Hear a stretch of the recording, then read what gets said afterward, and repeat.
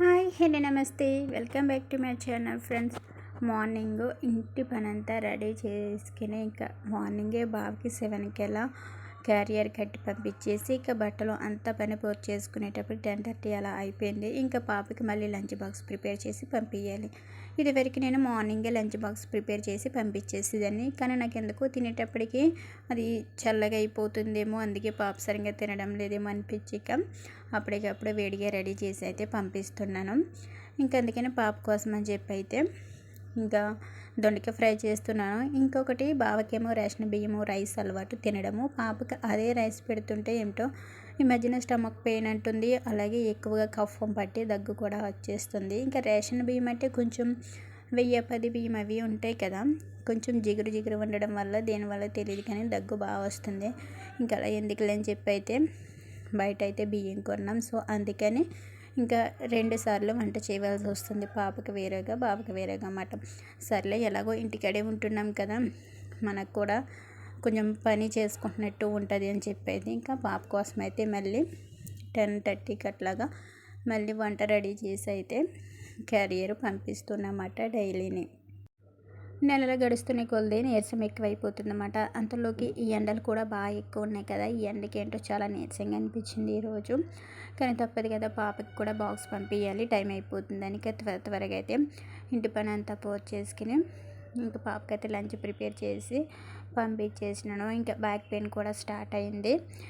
First ప్రెగ్నెన్సీలో అయితే back pain అన్నది లేదు, ఇప్పుడు బ్యాక్ పెయిన్ అలాగే బాగా నీరసం అన్నది వచ్చేస్తుందన్నమాట. ఈ ఎండలకి అనుకుంటా, కానీ వాటర్ ఎక్కువ తాగాలని అంటారు.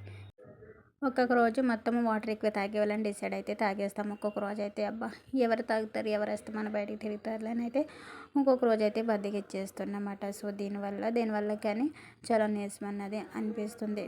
మనకి దగ్గరుండి టైం తిన్నామా లేదా తాగినామా లేదని పట్టించుకునే వాళ్ళు ఉంటే మనకి అంతా సేఫ్గానే ఉంటుంది, మంచిగానే ఉంటుంది. మనమే వండుకుని మనమే తిని మనమే ఇంటి పని అంతా చక్క పెట్టుకోవాలంటే కొంచెం ఇబ్బంది అనిపిస్తుంది. మనకి నెలలు గడుస్తున్న కొద్దీ స్టార్టింగ్లో బాగానే ఉంటుంది. సో తర్వాత కొన్ని ప్రాబ్లమ్స్ అన్నీ వస్తూ ఉంటాయి కదా. సో బ్యాక్ పెయిన్ వస్తుంది, అలాగే కాలు గుంజుతున్నాయి, ఇంక ఈ విధంగా ఉంది. ఇంకేదైనా తప్పదు కదా అన్నట్టు అలా అన్నీ పక్కకు పెట్టేసి పని చేసుకుంటూ ఉంటాను అనమాట ఇంటి దగ్గర ఉండి. మనకి అన్ని పనుల్లో హెల్ప్ చేసే వాళ్ళు కాకపోయినా కనీసం ఒక్క పనిలోనే హెల్ప్ చేసే వాళ్ళు ఉంటే మనకు మంచిగానే ఉంటుంది. కానీ మార్నింగ్ 6కి లేచి మళ్ళీ నైట్ 11 వరకు ఇంట్లో పని అంతా నేనే చేసుకోవాలి, నేనే చూసుకోవాలి. అన్నీ నేనే చేసుకోవాలంటే కొంచెం చాలా ఇబ్బంది అవుతుంది ఈ మధ్యన, కానీ తప్పదు, చేసుకోవాలి. మనం హెల్దీ ఫుడ్ తీసుకున్నా ఎంత వాటర్ తాగినా కానీ బేబీ గ్రోత్ అయ్యే కొద్ది మనకు ఆటోమేటిక్గా నీరసం అనేది వస్తూ ఉంటుంది అన్నమాట. సో ఎక్కువ రెస్ట్ తీసుకోవడానికే ట్రై చేయాలి ఇప్పటి నుంచి, కానీ అది అందరికీ కుదరదు కదా. మనకి ఎవరైనా చేసే వాళ్ళు ఉంటే హ్యాపీగా రెస్ట్ తీసుకోవచ్చు, చేసేవాళ్ళు లేనప్పుడు ఏం చేయాలి, అన్నీ మనమే చేసుకోవాలి. ఇంకా ఈరోజైతే వంట అంతా రెడీ చేసి పాపకి బాక్స్ పంపించేసేసరికి నాకు అయితే చాలా టైం పట్టేసింది. ఇంకా తిందాము అనుకునేటప్పటికి కొంచెం వికారంగా ఉందని అయితే ఇంకా భయం వేసి తినలేదు. అలా వికారంగా ఉంది, వామిటింగ్ అయినాక కొంచెం ఫ్రీ అనిపించింది. ఆ టైం అయ్యేటప్పటికి నాకు 2:30 అయిపోయింది. ఇక అప్పుడు కొంచెం తినేసి కాసేపు రెస్ట్ తీసుకున్నా. మళ్ళీ అక్కడి నుంచి పాప వచ్చే టైం అయింది, ఏం స్నాక్స్ రెడీ చేయాలి. ఇంకా నైట్కి డిన్నర్కి ఇక మార్నింగ్ బ్రేక్ఫాస్ట్కి పప్పులు నానబెట్టడం, చట్నీలు చేయడం, ఇంకా అంత పని ఉంటుంది కదా ఇంట్లో. మళ్ళీ అవన్నీ చూసుకోవడం, కొంచెం ఎక్కువగా ఏదో ఒక రోజు కొంచెం ఎక్కువ పనులు ఉన్నప్పుడైతే బాగా నీరసం వచ్చేస్తుంది. ఎక్కువ పనులు చేయడం వల్ల కూడా మొత్తము బాడీ అన్ని పెయిన్స్ వచ్చేస్తున్నాయి. బాగా ఎక్కువ పని చేస్తే చాలా ఇబ్బంది అవుతుంది.